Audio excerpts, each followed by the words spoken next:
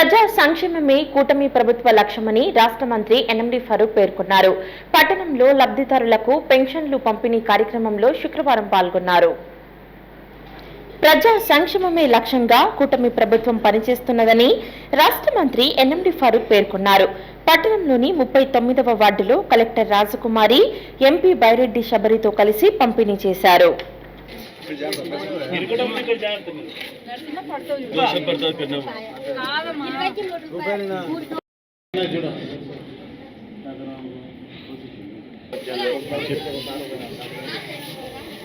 మంత్రి ఫరూక్ మాట్లాడుతూ ప్రజల సమగ్ర అభివృద్ధి సంక్షేమమే తమ ప్రభుత్వ ప్రధాన లక్ష్యమని పేర్కొన్నారు.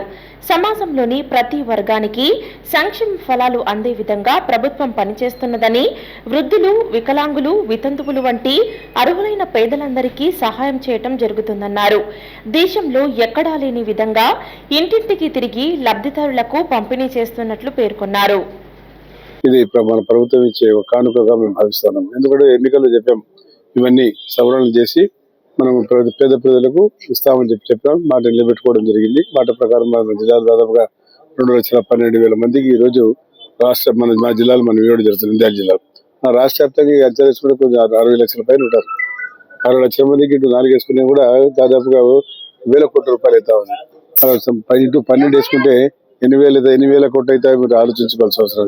ప్రభుత్వానికి ఎన్ని కష్టాలు ఉన్నాయి, ఎన్ని ఇబ్బందులు ఉన్నా కూడా భరించుకుంటూ ముఖ్యమంత్రి గారు 1వ తేదీ వస్తే పెన్షన్దారులకు కానీ, అదేవిధంగా ఉద్యోగ పెన్షన్దారులు ఎవరైతే ఉన్నారో వారికి కూడా 1వ తేదీ వేయడం, ఉద్యోగస్తులు కూడా సాధ్యమైనంత వరకు 1వ తేదీ జీతాలు భత్యాలు ఇవ్వడం జరుగుతుంది. మరి ఈ రకంగా ప్రభుత్వం మనం ప్రజల దగ్గర పోయి ప్రజా సమస్యలు తెలుసుకోవడానికి ఒక మంచి అవకాశం, రాజకీయ పరంగా ఉండే వారికి ఒక మంచి అవకాశం, ప్రజలు దర్శించుకోవడానికి అవకాశం కలిగించారు చంద్రబాబు నాయుడు గారు. జిల్లా కలెక్టర్ రాజకుమారి మాట్లాడుతూ జిల్లా వ్యాప్తంగా 2,11,468 మంది లబ్ధిదారులకు ప్రతి నెల సుమారు 92 కోట్ల పెన్షన్ అందజేస్తున్నట్లు వివరించారు. జిల్లా వ్యాప్తంగా ఉదయం నుంచి సాయంత్రం 6 గంటలకు 97% పంపిణీ పూర్తి చేసినట్లు పేర్కొన్నారు. 1, 2, 3వ తేదీలలో కూడా పెన్షన్ పంపిణీ కొనసాగుతుందని, మిగిలిన వారు తీసుకోవాలని సూచించారు.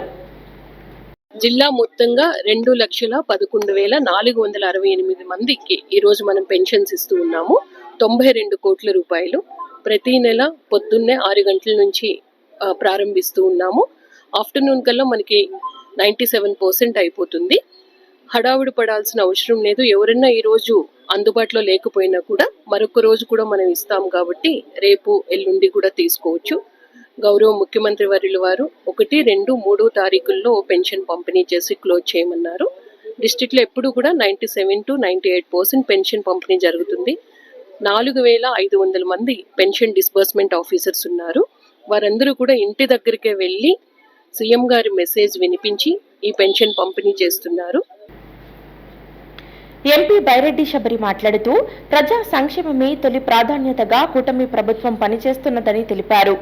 కార్యక్రమంలో టీడీపీ నాయకులు జాకీర్ హుసేని, ఫిరోజ్, మున్సిపల్ కమిషనర్ శేషన్న పలువురు పాల్గొన్నారు.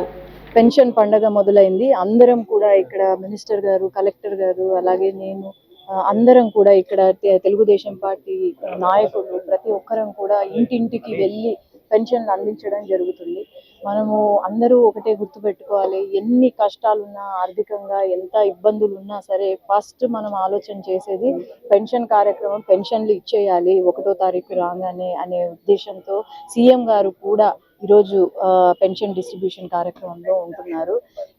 దీనికి ఒక ఉదాహరణ నాకు తెలిసి భారతదేశంలోనే ఎక్కడా ఉండదు.